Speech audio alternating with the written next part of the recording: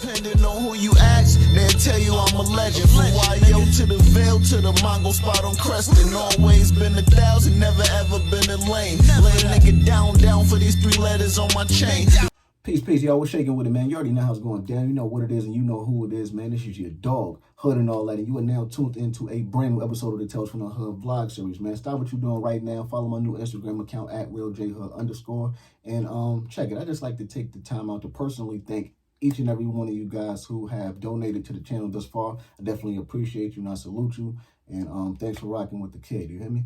All right, now let's get into it. What we're going to talk about today is the time that Kiss popped up in my cab unexpectedly one morning. And I know you're probably like, what is he talking about? Look, let me get into it. All right, check it. This took place, I say, like around 05, somewhere around there. Now, before I even go any further, let me throw this out here also. I'm not about to be on here on no Keith Murray type of shit either. Like, you know what I'm saying? I'm not going to be out here throwing no names out, but I am going to speak about someone. But I'm going to keep their identities concealed. You feel me? So, let's get back into the story. All right, so one night, I'm with like a popular female DJ. You feel what I'm saying? Real popular in the tri-state. We have ourselves a hell of a night. You know what I'm saying? If you know what I mean. So, the next morning, I wasn't driving, you know, might I add. So I called us a taxi and all that to come pick us up. The taxi that I called was from Yonkers. Now, I know you automatically probably associating taxis with yellow cabs and all that, but it wasn't that type of cab, but it was a cab because this was before Ubers and all that. You know what I'm talking about? Wasn't no Ubers then. So, anyway, the taxi service that I called, my homie worked there. This guy that I knew from, I think he was from like Elm Street or Oak and Yonkers, Dominican cat. So anyway, I told him to come school me. I told him we needed to go drop Shorty off, and he told me how much it was going to be, whatever. I'm like, all right, cool, whatever. So he came, but before he came, he didn't tell me that he was with somebody. I thought he was going to be Dolo because why would I think he's going to be with somebody anyway? So, now the room that we was in Manhattan. I don't know how we got to the X. I can't even remember. It was like one of those type of mornings. I really couldn't tell you how we got to the X, but we was in the X. So homie came to school bus from the X. So when he came, you know, he came to grab us off the concourse.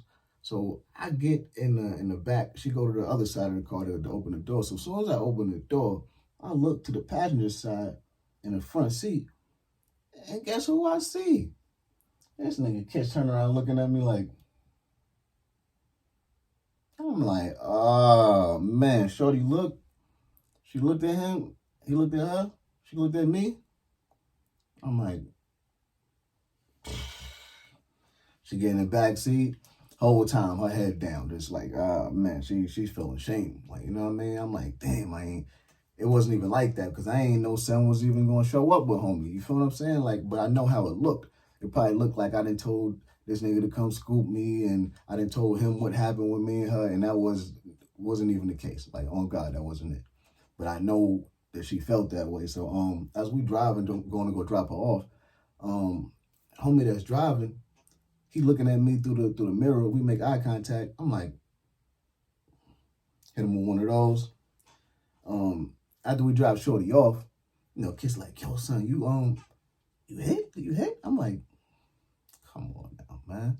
A true player never reveals what he did with a joint, man. You know what I'm saying? He like, man, fuck out of here. You know what I'm saying? But I'm not gonna lie to you though. I knew, like I said, I knew she felt the way because I never got to stab up again. She never even hit me. So like she hit me and quit me after that because she thought I did some real goofy shit. But it happens. Drop a comment in the comment section below. Like this video, subscribe if you're not subscribed already. Follow me on Instagram at RealJHood_, and download me and Shaheem's new single called Get Back. All right, peace.